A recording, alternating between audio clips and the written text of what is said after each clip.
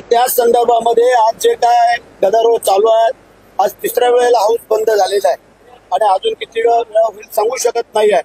परंतु आमचा प्रश्न आहे विरोधकांना की एकदा काय ते स्पष्ट करा की मराठ्यांना आरक्षण ओबीसी मधून द्यावं का, हा आमचा पहिला त्यांना सवाल आहे.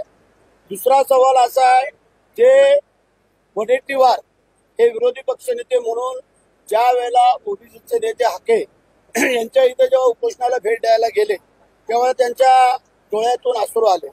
ते अश्रू नक्की कसले होते, मगरमच्छ होते का आपले माणसाचे तसे होते, हा एक आमचा त्यांना मुद्दा आहे.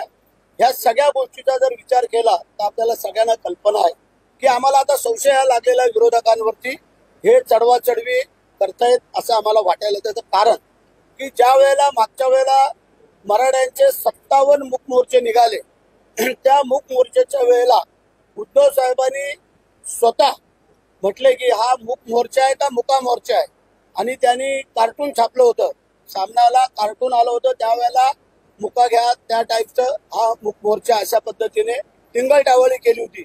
आणि तेच आता जरांगेंना सपोर्ट करतायत का असं आम्हाला आता वाटायला लागलेलं आहे. म्हणजे तुम्हाला कल्पना असणं गरजेचं आहे की शरद पवारांसारखे दिग्गज नेते या राज्याचे मुख्यमंत्री असताना त्यांच्या हातामध्ये काही गोष्टी होत्या, परंतु ते करू शकले नाहीत. आणि आता जे काय पाठीमागून चढवाचढवी करतायत हे सगळ्या दुनियेला महाराष्ट्राने पाहिलेलं आहे. आणि म्हणून करता कालची जी काय सर्वपक्षीय मिटिंग आयोजित करण्यात आलेली होती सह्याद्रीला, त्या सह्याद्रीच्या मिटिंगला हे लोक का आले नाहीत. पहिलं त्यांनीच सांगितलं की आपण सर्वपक्षीय मिटिंग घेऊन आपण त्याचा विचारविनिमय करूया, परंतु ज्या अर्थी ते लोक आले नाहीत आता असं आम्हाला वाटायला लागलेलं आहे की ह्याच्या पाठीमागे ह्या अदृश्य शक्ती उभ्या आहेत आणि या दोन समाजामध्ये कशी भांडणं लागली जातील आणि त्याच्यावरती आम्ही कशी पोळी भाजू हा त्यांचा मनसुबा आहे. पण तो मनसुबा आम्ही पुरा करू देऊ शकत नाही आहे.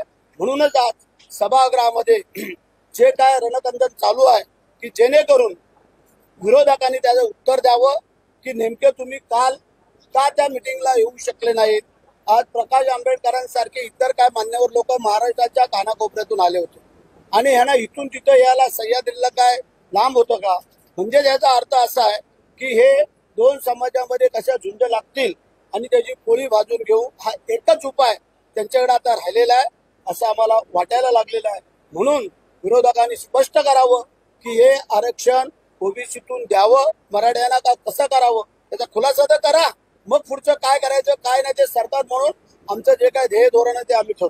बरेचसे हा प्रश्न आहे की विजय वडेट्टीवार काल असं म्हणाले की विरोधकांशी चर्चाच केलेली नाहीये म्हणून आम्ही सर्वपक्षीय बैठकीवरती बहिष्कार घालतो, याच्यावरून रणकंदन झालेलं पाहायला मिळतंय. अत्यंत चुकीचं आहे.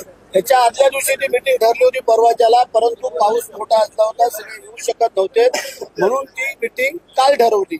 मग काल पण त्यांना तो निरोप आम्ही वाट बघत होतो, जातानाही सांगितलं, सगळं सांगितलं. पण आता पळवाटा काहीतरी शोधाव्यात म्हणून कदाचित वडेट्टीवारांनी आता तुम्हाला तसं सांगितलं असत, पण असं नाही आहे.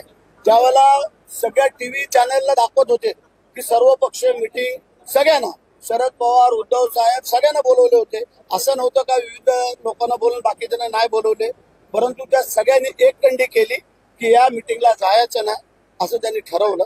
म्हणून करता आज आम्ही त्यांना दाखवतो. पण विरोधक म्हणतात की नाही, त्यांना आम्ही सांगितलं होतं की सभागृहात विधानभवनात चर्चा घ्या, तिकडे बंद दारात चर्चा का, जे काय होतं जनतेसमोर होतं तरी देखील सत्ताधाऱ्यांनी बंद दारावर चर्चा घेतली. काही लोकांना आतमध्ये येता येतं नाही येता येत, हाऊस चालू आहे आणि म्हणून करता संध्याकाळी 8 वाजता हाऊस संपल्यानंतर आपण सांगितलं होतं. आपण काय दुपारची नाही मिटिंग घेतली होती मग बाबा इथं हाऊस सोडून जावं लागतंय.